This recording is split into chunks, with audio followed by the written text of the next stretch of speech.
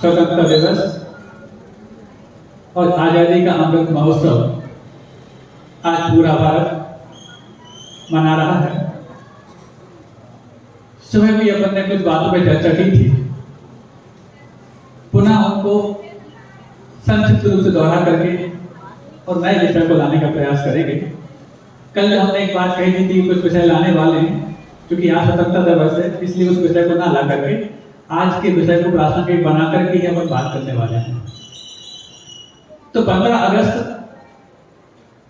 सन 47 और रात को 12 बजे, ये तीनों चीजों को क्यों चुना गया, थोड़ा अपन समझ लें।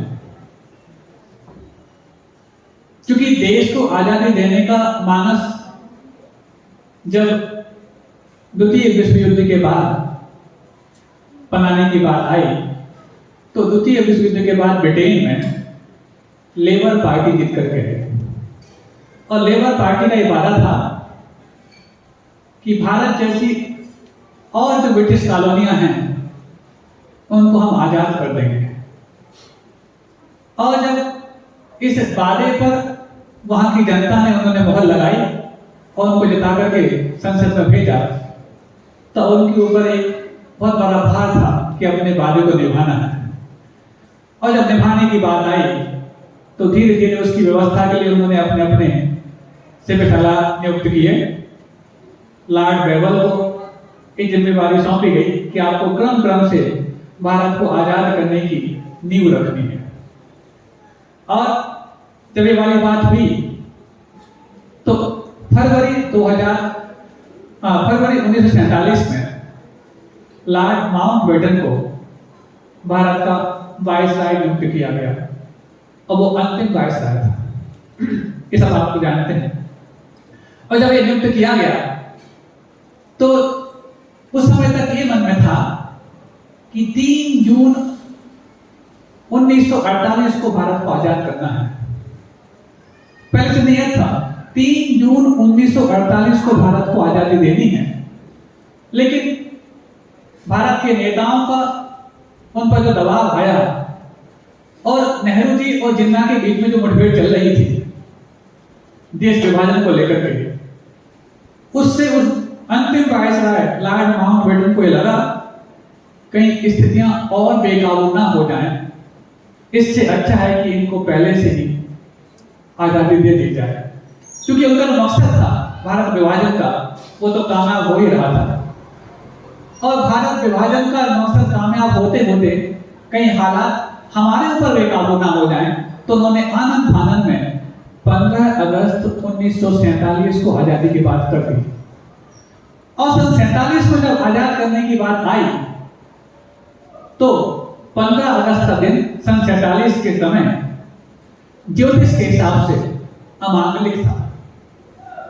तो बात ये हुई, ऐसी अमांगलिक घड़ी में हम अपने देश की आजादी नहीं चाहते। यहाँ के ज्योतिषियों ने, यहाँ के नेताओं ने बात रखी, काफी बहसबाजी हुई, लेकिन लॉर्ड माउंटबेटन इस बात को मानने को तैयार नहीं था कि हम 15 अगस्त के अलावा किसी अन्य दिन को भारत को आजाद करेंगे। क्योंकि वो भारत को 15 अगस्त को इसलिए आजाद करना चाहता था क्योंकि वो 15 अगस्त को शुभ मानता था खुद के लिए। क्यों?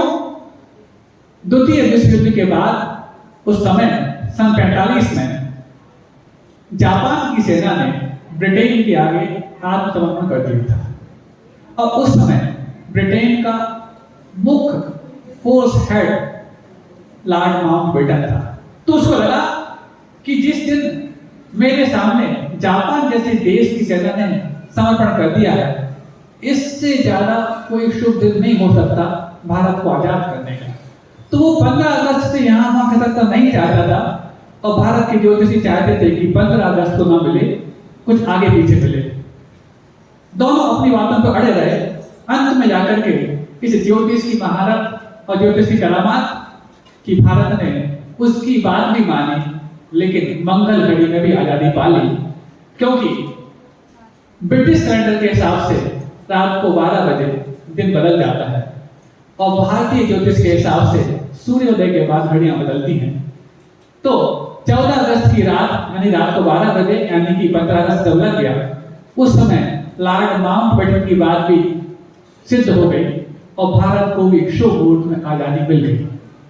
और अब रात को 12 बजे की बात क्यों आई ये तो आप समझ गए, लेकिन सन 47 की बात भी क्यों आई ये भी आप समझ गए, और 15 तारीख की बात भी क्यों आई ये भी आप समझ गए।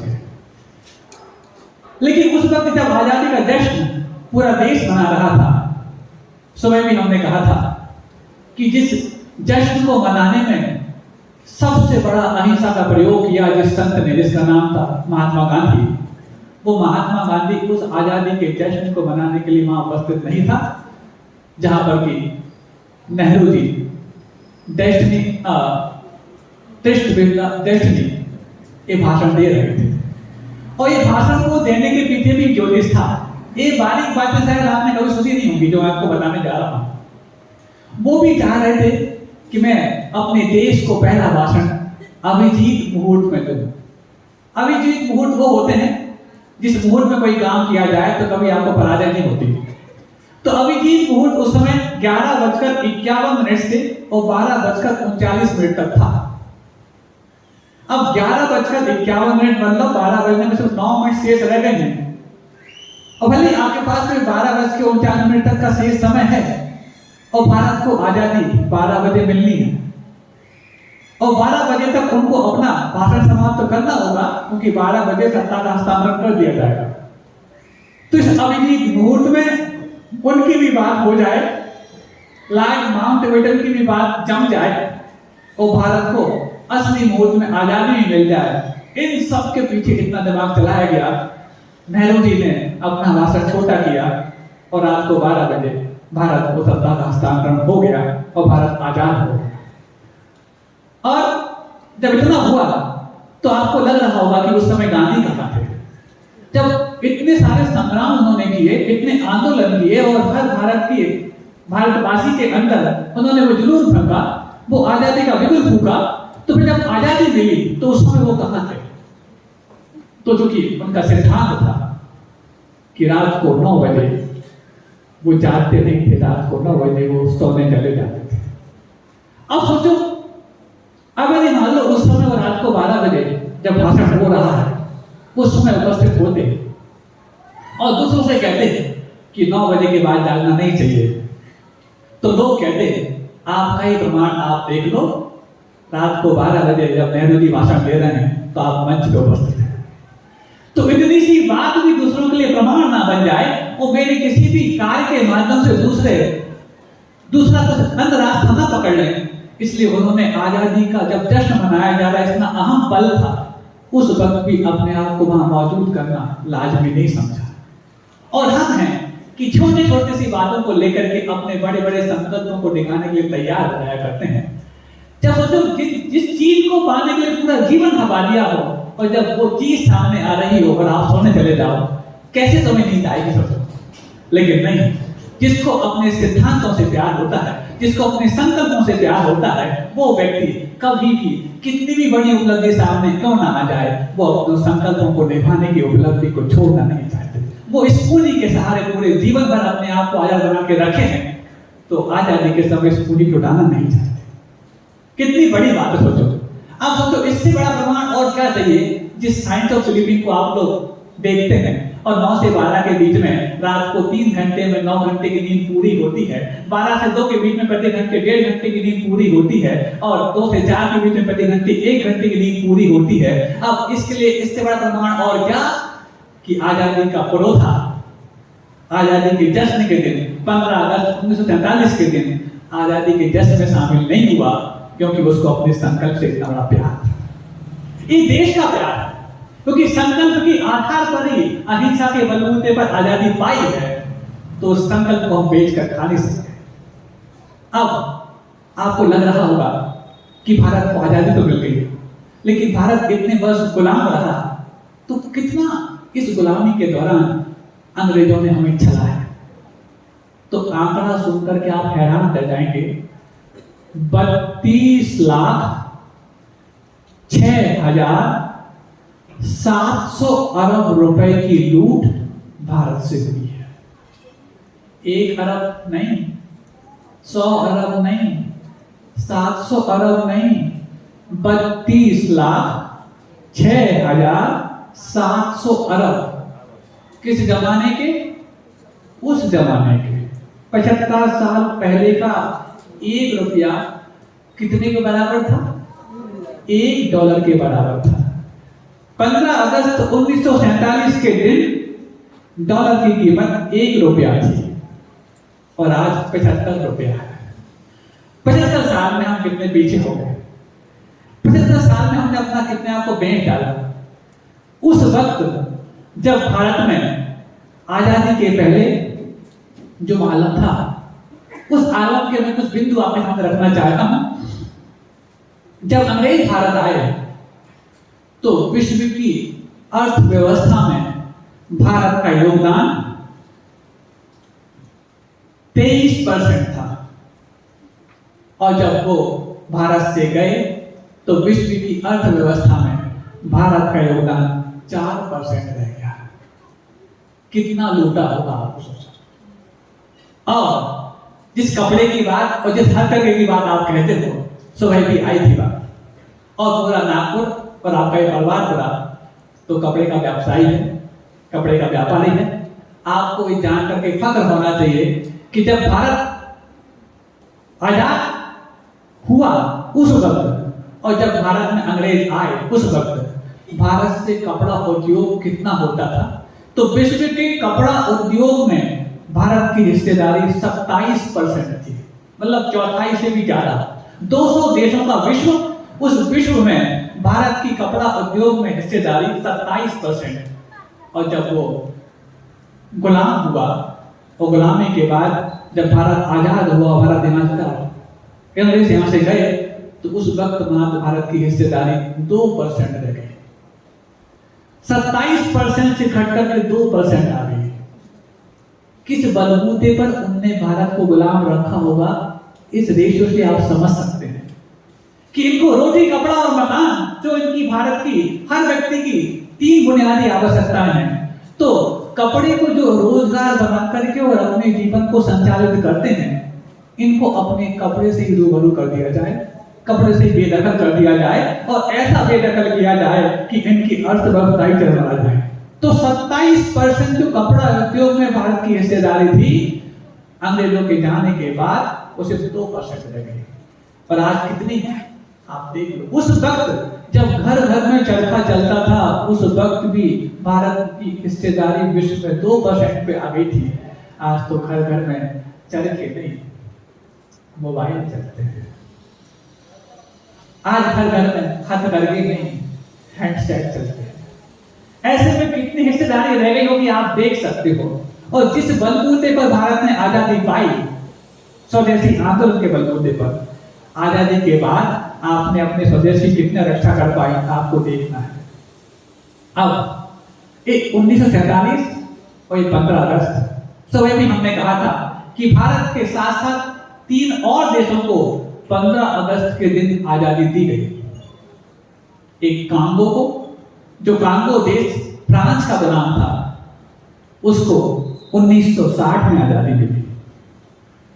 एक बहरीन, जो आपका अरेबियन कंट्री है, वो ब्रिटेन का गुलाम था, उसको 1971 में आजादी मिली, 15 अगस्त के दिन। और एक कोरिया, जो जापान का गुलाम था, उसको 1945 में आजादी मिली, 15 अगस्त के दिन। ये 15 अगस्त वो इस तरह से व्यवस्थित किया गया था कि कभी भी किसी देश को स्वतंत्र किया जाए तो 15 अगस्त के दिन, यदि जो देश परतंत्र था, इसलिए दिन चुना गया था। अब आपको और मैं बताना चाहता हूं कि जब भारत के पास अपनी उस किस्मत को आजमाने का समय था, पता नहीं तो किस मत के हो गए थे कि अपनी किस्मत को बेचने के लिए तैयार हो गए थे। वो किस मत से हो गए थे? किस्मत तो तुम्हारी इतनी अच्छी थी कि तुम्हारी आजादी के लिए मंगल पांडे ने अपना पूरा बलिदान कर दिया। जिस वक्त भारत की आजादी का जश्न मनाने में पूरा भारत मशगूल था, उस वक्त शायद चंद लोग ही जानते होंगे कि इसको आजादी का जश्न मनाने लायक यदि हमें बनाया है तो उसका पूरा श्रेय मंगल पांडे को जाता है। मंगल पांडे को नहीं मालूम था कि मैं जो करने जा रहा हूं उसका क्या असर होने वाला है, उसका क्या परिणाम निकलने वाला है। लेकिन वो सिर्फ इतना जानता था, मैं जो कर रहा हूं वो भारत के लिए कर रहा हूं, देश के लिए कर रहा हूं। इससे देश का क्या भला हो जाएगा मुझे नहीं मालूम, लेकिन ये करने से मुझे सुकून मिल जाएगा और मेरा भला हो जाएगा, ये तो उसको मालूम था। तो मंगल पांडे यूनिट बना, इकाई बना, और जब यूनिट बना तो कई लोगों ने उसकी इकाई में जब हाँ यानी यस कहा, तो यस का वाय उस यूनिट में लगा तो यूनिटी बन गई। और जब यूनिट को वाय मिलने से यूनिटी बन गई, तो जब यूनिटी सफल हुई तब जाकर के मंगल पांडे यूनिक बन पाया। यूनिक बनने का प्रयास तो हम बहुत करते हैं, लेकिन कभी यूनिट बनने का प्रयास नहीं करते। और यूनिट बनने का जिसने प्रयास किया है वो ये भूल जाए कि मैं यूनिक बनूंगा कि नहीं बनूंगा। उसका प्रयास सदाचार के साथ और सद्विचार के साथ हो तो उसको अल्टीमेटली यूनिट बनना और यूनिक बनना अपने आप हो जाएगा। अब एक और बात भी इस 15 अगस्त के दिन, जो आपका डाक पिन चलता है ना 6 अंकों का, नागपुर का कोई भी डाक पिन होगा 4, 5, 7 आदि आदि जो कुछ भी होगा पता नहीं। तो ये जो डाक पिन है, ये डाक पिन भी 15 अगस्त 1972 को पहली बार भारत के लिए सौंपा गया था। अब एक चीज और सुन लो, आज के दिन ही 2 और चीजें सामने आई। क्या आपकी महाराष्ट्र की सरकार को भी थोड़ी सुध आ गई? और सुध आना लाजमी था, क्योंकि इस युग के जीवंत अनंत महाराष्ट्र में विराजमान है। और सुध ऐसी आई कि अब सरकारी दफ्तरों में यदि कोई फोन लगेगा तो कोई भी सरकारी कर्मचारी हेलो नहीं बोल पाएगा, वंदे मातरम बोलेगा। और इस चीज का फरमान अगले 2 दिनों में जारी होने वाला है कि अब प्रत्येक सरकारी दफ्तरों की जब रिंगटोन बजेगी तो कोई हेलो नहीं बोलेगा, वंदे मातरम बोलेगा। और इसकी शुरुआत महाराष्ट्र से हुई है, क्योंकि हम सबके सरताज महाराष्ट्र में विराजमान। और दूसरी बात, आज एक वीडियो वायरल हो रहा है, शायद आपने देखा होगा, कि हम सबके अरहंत परम पूज्य गुरुदेव आचार्य विद्यासागर जी महाराज राष्ट्र ध्वज के बाजू में खड़े हैं और राष्ट्रगान चल रहा है। और वो राष्ट्र ध्वज के बाजू में खड़े हैं और राष्ट्रगान चल रहा है, ये संकेत है। गुरुदेव कह रहे हैं भारत वालों और भारत, मैं तुम्हारे साथ खड़ा हूं और तुम्हें अब डरने की और घबराने की कोई आवश्यकता नहीं है। ये तो प्रतीक है, ये प्रतीक है कि राष्ट्र ध्वज के बाजू में खड़े होकर के एक राष्ट्र संत को ये संदेश प्रतीकात्मक रूप में दे दिया गया कि नहीं, जब इस युग का इतना बड़ा राष्ट्र संत राष्ट्र ध्वज के बाजू में खड़ा है तो राष्ट्रवासियों को सिर्फ उनके कदमों पर चलने की आवश्यकता है, उनको संकेतों को समझने की आवश्यकता है। अब कोई भी लॉर्ड माउंटबेटन आ जाए, कोई भी वायसराय आ जाए और कोई भी ईस्ट इंडिया कंपनी आ जाए, भारत को गुलाम नहीं बना सकती, क्योंकि अब राष्ट्र ध्वज के साथ राष्ट्र संत खड़ा है। और ये 2 चीजें आज आपको मिली। और भी बहुत सारी बातें हैं। स्वाधीनता दिवस है, लेकिन स्वाधीनता का मतलब, स्वतंत्रता का मतलब स्वतंत्रता नहीं हुआ करती बंधु। तंत्र पहले हो और वो तंत्र अपना हो, स्वतंत्र माना जाएगा। लेकिन तंत्र बिल्कुल ना हो तो वो स्वच्छंद माना जाएगा। तंत्र का मतलब सिस्टम होता है, तंत्र का मतलब कायदे कानून होते हैं, तंत्र का मतलब अनुशासन होता है, तंत्र का मतलब डिसिप्लिन होता है, और तंत्र का मतलब जीवन में आगे बढ़ने का संबल होता है। सुबह ही कहा था, वो बीज जो 1 ग्राम का होता है, जिसके माथे पर टनों टन मिट्टी लाद दी जाती है, तो वो भी स्वतंत्रता की बात करना चाहता है और अपने माथे पे लदी हुई टनों टन मिट्टी को फांद करके और प्रकृति की गोद में सांस लेने लायक अपने आप को बना डालता है। तो स्वाधीनता जन्मसिद्ध अधिकार है, ये हर जीव का भी है और उस बीज का भी है। लेकिन वो बीज जो टन टन मिट्टी को फांद करके और खुली हवा में सांस लेने लायक बन गया है, यदि वो भूल जाए अब तो पूरा आसमान मेरे लिए खुला है, मैं कहीं भी जा सकता हूं, कहीं भी बढ़ सकता हूं, कहीं भी चल सकता हूं। लेकिन ऐसी गलती यदि वो कर बैठेगा और किसी डंडे का, किसी पेड़ का सहारा न लेगा, ये मान करके ये तो बंधन है, ये मेरे लिए चौंकने वाला है, लेकिन वो बंधन नहीं, वो संबल है, क्योंकि उसी तंत्र के तहत तुम अपनी ऊंचाई स्वतंत्रता के साथ, स्वाधीनता के साथ पा पाओगे। और यदि वो किसी बेल का बीज है, वो इस बंधन को तोड़ देगा तो बड़ा बड़ा सड़ तो जाएगा, बढ़ नहीं पाएगा। इसलिए कभी भी अपने आजादी को, स्वाधीनता को गैर मतलब मत समझना। वो किसी न किसी संबल की दरकार रखता है। दुनिया की कितनी भी बड़ी स्वाधीनता क्यों ना हो, स्वतंत्रता को स्वीकार कर लेगी तो अपने सुख को कभी प्राप्त नहीं कर पाएगी। अरे तुम कितना स्वाधीन हुए हो, जो पूरे कर्मों से स्वाधीन हो चुके हैं, सिद्ध परमेष्टि, वो सिद्ध परमेष्टि सारे बंधनों से मुक्त हो गए और ऊर्ध्वगमन स्वभाव उन्होंने प्रकट कर लिया। अब उनको कोई बांध नहीं सकता। उसके बावजूद भी तीन लोग के अग्रभाग पे जाके विराजमान क्यों हो गए? क्या उनका ऊर्ध्वगमन स्वभाव वहां जाके जवाब दे दिया? नहीं, ऊर्ध्वगमन स्वभाव तो अभी भी उनके पास मौजूद है, लेकिन उसके आगे अनंत आकाश होते हुए भी धर्म द्रव्य नहीं है जो धर्म द्रव्य आपको आगे बढ़ने में सहायता करता है। तो जैसे धर्म द्रव्य जो आपको आगे बढ़ने में सहायता करता है, वो नहीं होने के कारण सिद्ध परमेष्टि भी वहां जाके रुक गए। तो ऐसे धर्म चक्र जो आपको आगे बढ़ने में, ऊपर उठने में सहायता करता है, यदि उसको आप स्वीकार नहीं करोगे और अपने आप को बढ़ाने का प्रयास करोगे तो बढ़ तो नहीं पाओगे, सर्वनाश। एक संकेत है कि दुनिया की सबसे बड़ी आजादी भी कुछ ना कुछ मर्यादा को लेकर के है, सिद्धांत की आजादी। तो फिर हम किस चीज की मर्यादा भंग करने के लिए उतारू हैं? और ये कहते हुए अब तो हम फ्री हैं।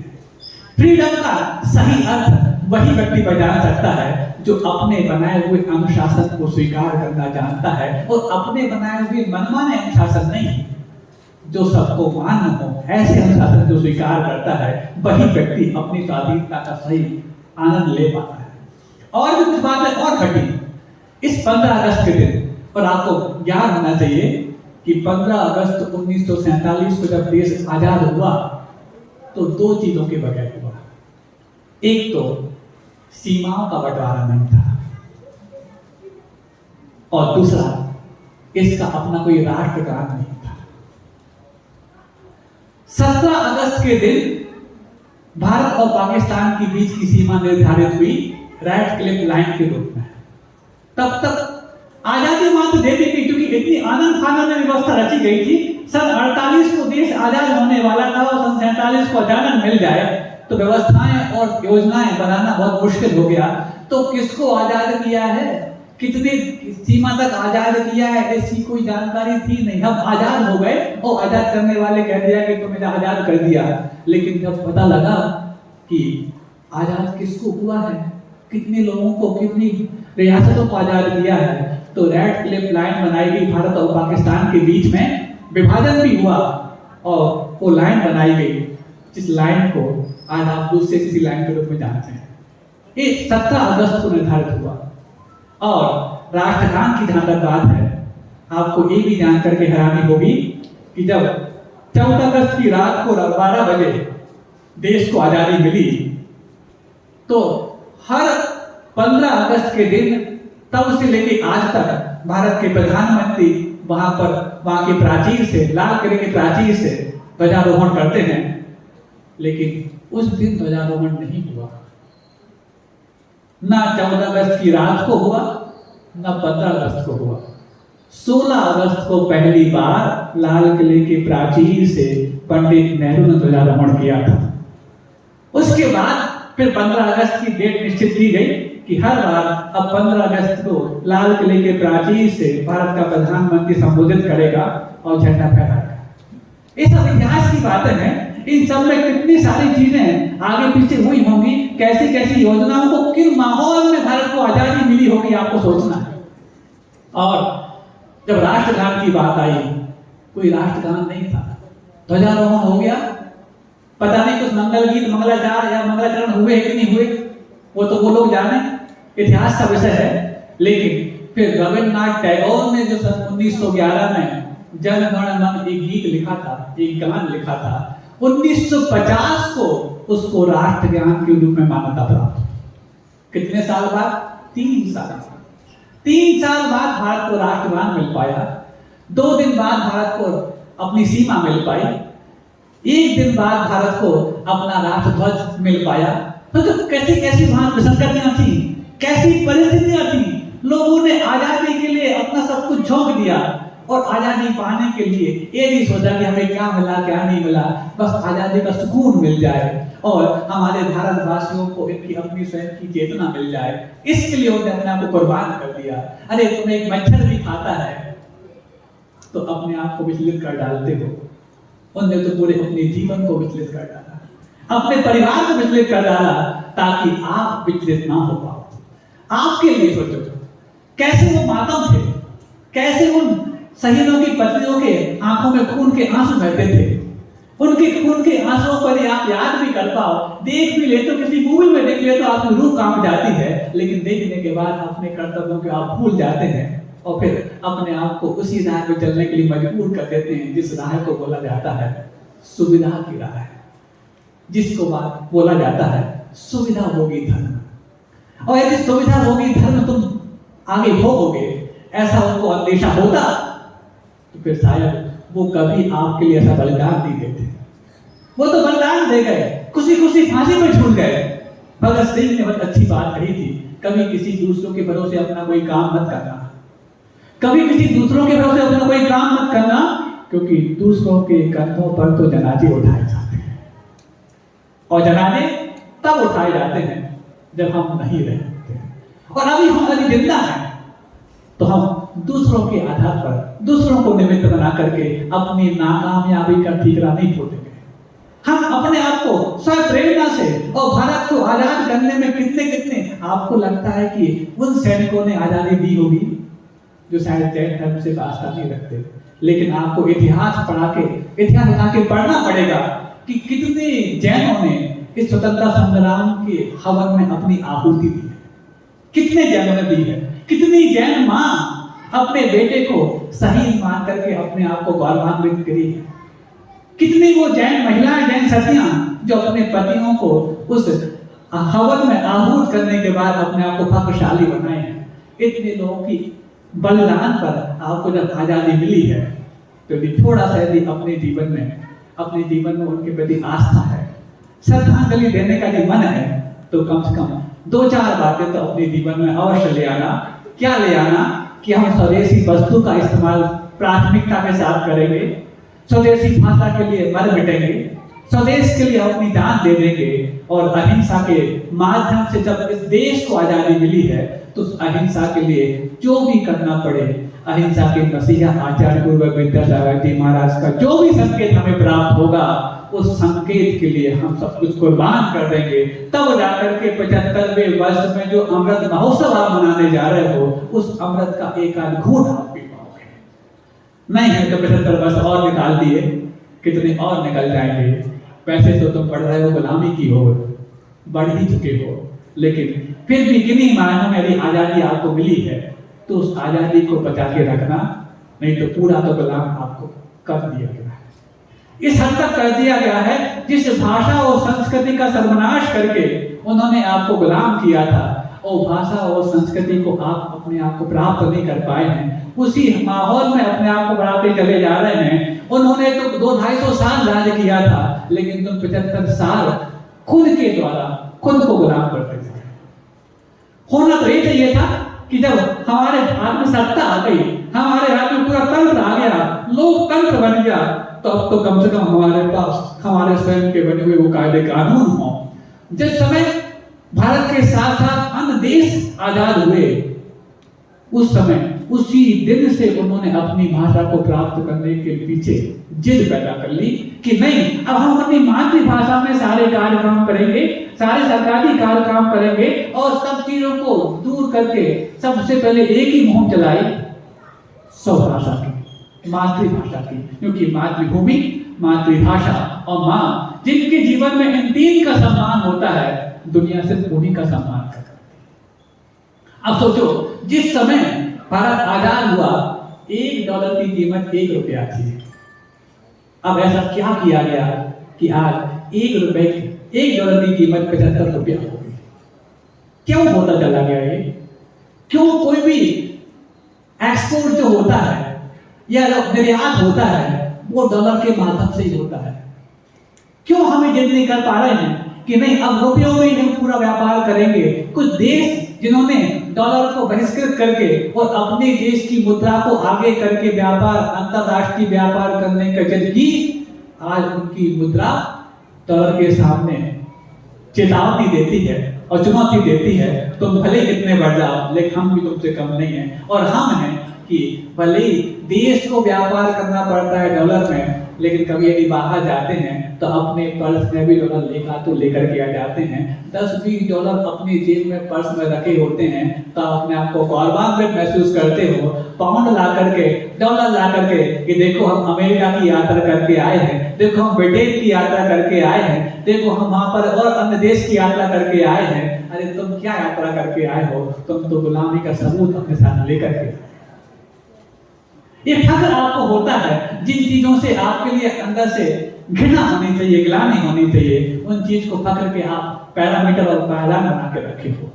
क्यों आखिरकार ऐसा करना पड़ रहा है? और जब आपके बच्चे उन्हीं गुलामी की दास्तां बयां करने वाले स्कूलों में पढ़ते हैं और जहां पर जाकर के आपको फख्र होता है कि हमारे बच्चे को हिंदी बोलना बिल्कुल नहीं आता, तो आप 75 साल पहले उन माओं के, उन सदियों के, उन मंगल सूत्रों को बदनाम करते हो जिन्होंने अपने आप को आहूत करके और आपके हाथों में स्वाधीनता थमा दी थी, और आप उनकी उन सब चीजों को बेच करके अपने बच्चों को पुनः अंग्रेज बनाने की जिद पैदा कर।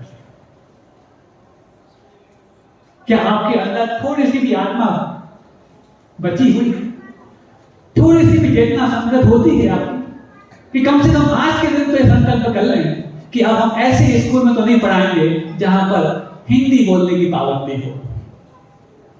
आपको ये निर्णय लेने में तो बहुत अपना अंदर से साहस करना पड़ेगा, दिल पे पत्थर रखना पड़ेगा कि हम अपने बच्चों को अंग्रेजी माध्यम के स्कूलों में नहीं पढ़ाएंगे, लेकिन कम से कम पहले ऐसे स्कूलों से बचा लेना जहां पर हिंदी बोलने पर फाइन लगती है। ये तो उस समय में नहीं होता था 75 साल पहले। वो अंग्रेजों के अंग्रेजी स्कूल में पढ़ने वाले बच्चों के साथ जब आपके भारतीय बच्चे पढ़ते थे तब भी उनको हिंदी बोलने की पाबंदी नहीं थी। और आज तो ये काले अंग्रेज ऐसे हो गए हैं कि अपने आप के इस देश में रह करके वो हिंदी बोलने पर पाबंदी में फख्र महसूस करते हैं। तो बताओ अब हिंदी बोलने के लिए हम ब्रिटेन जाएंगे क्या? जब अंग्रेजी को स्थान भारत में मिलने लग गया है तो हिंदी को स्थान का ब्रिटेन में मिलेगा क्या? और आप इस चीज को अपनी बड़ी मिल्कियत मानते हैं, इस चीज को अपने जीवन में बहुत बड़ा एक नाच का स्रोत मानते हैं। अरे ये तो नाच नहीं, ये तो नाश है। और इस नाश को हम क्या करें महाराज? सबके बच्चे तो ऐसे पढ़ते हैं, सभी के बच्चे तो कर रहे हैं, इसलिए हमने आपको नाम याद दिलाया मंगल पांडे का। कुछ को नहीं मालूम था कि सभी तो गुलाम बने जा रहे हैं। आपको याद होना चाहिए द्वितीय विश्व युद्ध में ब्रिटिश सेना का साथ देने के कारण, क्योंकि हम गुलाम थे उस समय 1945 में, तो 54,000 भारतीय सैनिक ब्रिटिश सेना के साथ घात को प्राप्त हो गए। 54,000 भारतीय सैनिक सिर्फ दूसरों के लिए लड़ने के लिए, खुद को आजाद कराने के लिए नहीं, सिर्फ उन ब्रिटेन और जापान के जो आपस में रस्साकसी चल रही थी उसमें कई देश जो एक दूसरे मुठभेड़ कर रहे थे, तो भारतीय सैनिकों को आगे करके फिर ब्रिटेन ने 54,000 भारतीय सैनिकों को शहीद कर डाला। वो शहीद किस लिए हुए थे? इसलिए हुए थे कि आप अपने बच्चों को इंग्लिश मीडियम स्कूल में पढ़ा दो। इसलिए शहीद हुए थे कि आप जाकर के वहां पर सेंटा क्लॉज को अपना सब कुछ मान लो। क्रिसमस के दिन आप जाकर के और अपने बच्चों के साथ टेरेस में खड़े होकर के उस बॉक्स में कुछ कंकर पत्थर डालो और कंकर पत्थर डाल करके वो इंतजार करो कि कोई आएगा और आपको ब्लेस करके जाएगा। इसलिए हुए थे क्या? इसलिए आपने आज की आजादी पाई है। और ये सोच करके यदि आपके मन में ये विश्वास हो रहा है कि इस बलबूते पर हम आजादी को और बहुत दिनों तक कायम रख पाएंगे, तो अब वो दिन दूर नहीं। यदि इसी रफ्तार से आप आगे बढ़ते रहे तो ये रफ्तार आपके लिए पतन में जाने की होगी। क्योंकि एक दृष्टांत से इस बात को आप समझ सकते हैं, जब साइकिल चलाते समय पैडल कम लगाए जाएं और रफ्तार बढ़ जाए तो समझना ढलान आ चुकी है। और जब पैडल बहुत लगाए जाएं और एक आध कदम खिसके साइकिल तो समझ लेना चढ़ाई आ चुकी है।